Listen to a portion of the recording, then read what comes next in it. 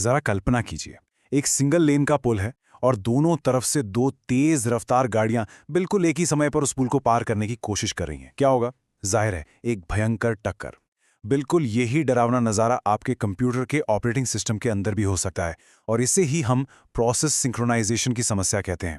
जब कई सारे प्रोसेस बिल्कुल एक ही समय पर एक ही रिसोर्स पर कब्जा करने की कोशिश करते हैं ना, तो सिस्टम क्रैश हो जाता है, डेटा पूरी तरह करप्ट हो जाता है। आज हम यही समझने वाले हैं कि ऑपरेटिंग सिस्टम इस डिजिटल तबाही को कैसे रोकते हैं और इस पूरी अराजकता को कैसे एक व्यवस्थित तरीके से कंट्रोल करते हैं। इस पूरे कॉन्सेप्ट को समझने के लिए हम इन 5 अहम हिस्सों से गुजरेंगे। पहले द शेयर्ड मेमोरी ट्रैप, फिर क्रिटिकल सेक्शन के सख्त नियम, उसके बाद सेमाफोर जैसे पावरफुल टूल को समझेंगे, फिर क्लासिक प्रोड्यूसर कंज्यूमर प्रॉब्लम, और अंत में देखेंगे मॉनिटर्स और आज के मॉडर्न कॉन्टेक्स्ट को। तो चलिए सबसे पहले बात करते हैं पहले हिस्से की, द शेयर्ड मेमोरी ट्रैप।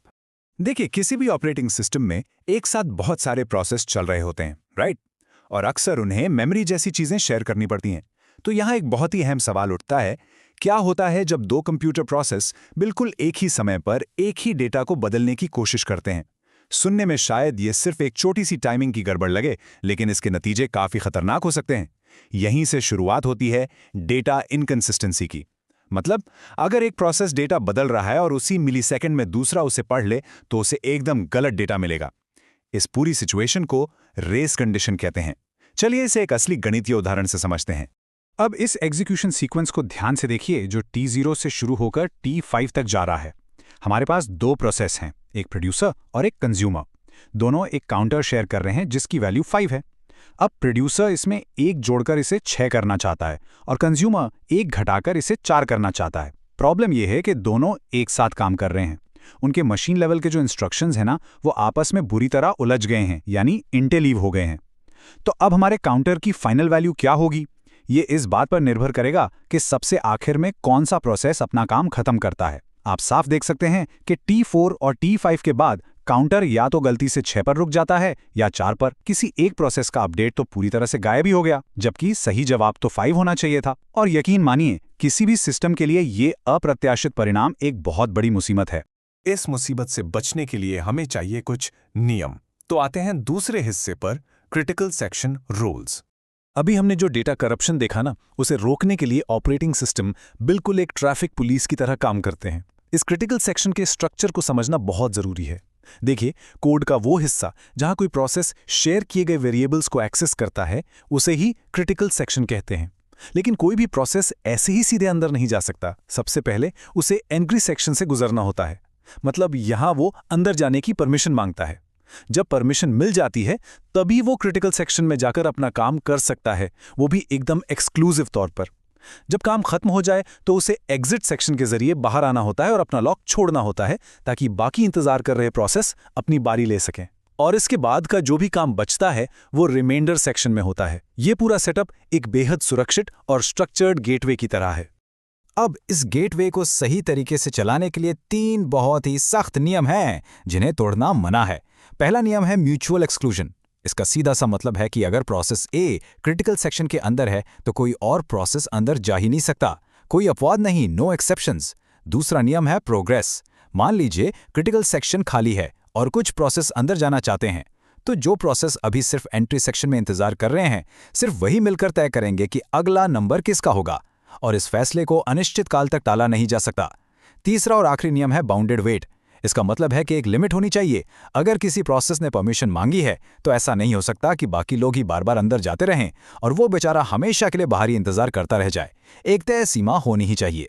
इन आखिरी 2 नियमों को लेकर अक्सर एक बड़ा कंफ्यूजन रहता है। तो क्या बाउंडेड वेटिंग का मतलब स्टारवेशन फ्रीडम है?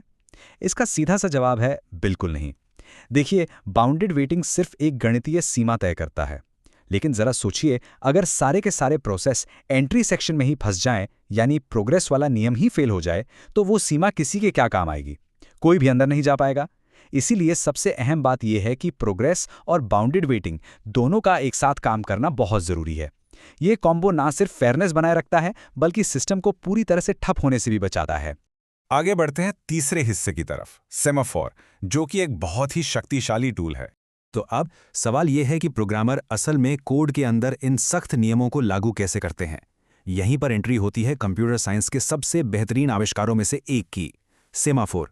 इसे महान कंप्यूटर साइंटिस्ट एड्सगर डाइक्स्ट्रा ने बनाया था। अगर सिंपल भाषा में कहूं तो सेमाफोर सिर्फ एक इंटीजर वेरिएबल होता है जिसे अक्सर एस से दर्शाया जाता है। लेकिन इसमें खास बात है, इस इंटीजर को आप सिर्फ और सिर्फ 2 ऑपरेशंस के जरिए ही एक्सेस कर सकते हैं। डाइक्स्ट्रा ने इन्हें पी और वी कहा था, जिसका मतलब है वेट करना और सिग्नल देना। और यहां सबसे क्रूशियल पॉइंट यह है कि ये दोनों ऑपरेशंस एटॉमिक होते हैं। एटॉमिक मतलब इन्हें बीच में आधा अधूरा नहीं छोड़ा जा सकता और ना ही इंटरप्ट किया जा सकता है। जब कोई प्रोसेस वेट या सिग्नल कर रहा होता है तो कोई दूसरा प्रोसेस उस सेमाफोर को छू भी नहीं सकता। ये पूरी तरह से एक सेफ जोन है। चलिए अब इस थियरी का एक असली टेस्ट लेते हैं। यूजीसी नेट परीक्षा में आया हुआ ये पिछला सवाल देखिए। हमारे पास एक काउंटिंग सेमाफोर है जिसकी शुरुआती वैल्यू 7 है। इसके बाद 20 पी ऑपरेशंस यानी वेट ऑपरेशंस हुए और x बार वी ऑपरेशंस यानी सिग्नल ऑपरेशंस हुए। अगर अंत में सेमाफोर की वैल्यू 5 बचती है तो उस x की वैल्यू क्या होगी? अगर आपको वेट और सिग्नल का बेसिक फंडा क्लियर है ना, तो ये सवाल आपके लिए बहुत आसान है। और इसका बिल्कुल सही जवाब है 18। चलिए कैलकुलेशन देखते हैं। शुरुआत की हमने 7 से। एक पी या वेट ऑपरेशन सेमाफोर की वैल्यू को कम करता है, तो 20 पी ऑपरेशंस का मतलब हुआ कि हमें 20 माइनस करना है। दूसरी तरफ वी या सिग्नल ऑपरेशन वैल्यू को बढ़ाता है, तो हम इसमें x जोड़ देंगे। सिंपल सी इक्वेशन बनती है 7 - 20 + x = 5, यानी -13 + x = 5। तो जाहिर सी बात है x की वैल्यू 18 ही होगी।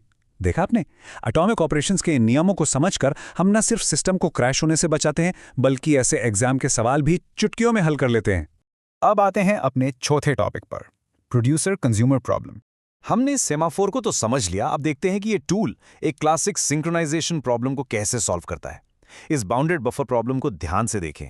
हमारे पास एक बफर है जिसकी कैपेसिटी फिक्स्ड है, एक प्रोड्यूसर है जो इसमें डेटा डालना चाहता है और एक कंज्यूमर है जो डेटा निकालना चाहता है। यहां 2 सबसे बड़े रूल्स हैं। प्रोड्यूसर तब तक डेटा नहीं डाल सकता जब तक बफर पूरी तरह से भरा हुआ हो, और कंज्यूमर तब तक डेटा नहीं निकाल सकता जब तक बफर एकदम खाली हो। तो हम क्या करते हैं, हम सेमाफोर्स का इस्तेमाल करके खाली और भरे हुए स्लॉट्स का ट्रैक रखते हैं। साथ ही पूरे बफर पर एक म्यूचुअल एक्सक्लूजन लॉक लगाने के लिए एक बाइनरी सेमाफोर का यूज करते हैं। इस तरह डेटा का ये पूरा फ्लो बिना किसी टकराव के एकदम स्मूथली चलता रहता है। और अब हम पहुंच गए हैं अपने आखिरी हिस्से पर, मॉनिटर्स और मॉडर्न कॉन्टेक्स्ट। देखिए, सेमाफोर्स कितने भी पावरफुल क्यों ना हो, वो परफेक्ट नहीं है। अगर किसी प्रोग्रामर ने गलती से वेट और सिग्नल की जगह बदल दी या कोई एक कोड लिखना भूल गया तो क्या होगा? पूरा सिस्टम डेडलॉक में फंस जाएगा और क्रैश हो जाएगा। यहीं पर मॉनिटर्स काम आते हैं। सेमाफोर एक लो लेवल टूल है जो पूरी तरह प्रोग्रामर के भरोसे रहता है, यानी ह्यूमन एरर के चांसेस बहुत ज़्यादा हैं। लेकिन मॉनिटर एक हाई लेवल सिंक्रोनाइजेशन कंस्ट्रक्ट है। ये शेयर किए गए डेटा और उससे जुड़े सारे प्रोसीजर्स को एक पैकेज में बांध देता है। और सबसे बढ़िया बात, मॉनिटर खुद ही म्यूचुअल एक्सक्लूजन को लागू करता है। एक बार में सिर्फ एक ही प्रोसेस मॉनिटर के अंदर एक्टिव रह सकता है। मतलब प्रोग्रामर के कंधों से गलती करने का सारा बोझ ही खत्म।